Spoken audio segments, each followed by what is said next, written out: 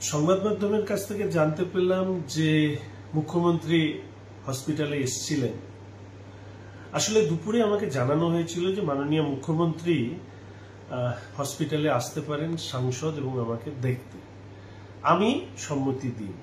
আর মাননীয় সাংসদ তিনি এতটাই গুরুতর আহত যে কথা বলার অবস্থায় নেই, ফলে সম্মতি দেওয়ারও ব্যাপার নেই। মুখ্যমন্ত্রী এটা ভালো করে জেনে আইসিইউতে গিয়ে সাংসদের সাথে দেখা করতে চান। শুনেছি 1.5 মিনিটেরও কম সময় ছিল। সেই সময় তার ফটোশুট টিম একটি ভিডিও তোলে এবং সেটাই রাজনৈতিক সৌজন্যতার পরিচয় হিসাবে বাজারে তারা তুলে ধরবার চেষ্টা করে।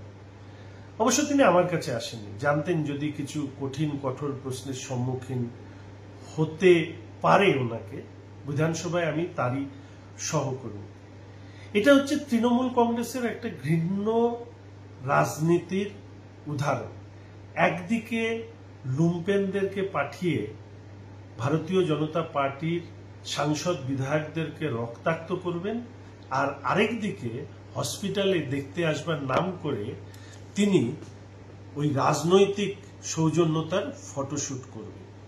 আসলে মাননীয় মুখ্যমন্ত্রী ওপরে উত্তরবঙ্গ তথা পশ্চিমবঙ্গের মানুষের আর কোনো আস্থা নেই। মাননীয় প্রধানমন্ত্রী, মাননীয় স্বরাষ্ট্রমন্ত্রীর নির্দেশে ভারতীয় জনতা পার্টির সাংসদ এবং বিধায়করা তৃণমূলের গুন্ডাগিরি সত্ত্বেও রাজ্যের তথা উত্তরবঙ্গের দুর্গত পীড়িত মানুষদের পাশে আমরা রয়েছি এবং থাকব। তা কোনোভাবেই তৃণমূল কংগ্রেস আটকাতে পারবে।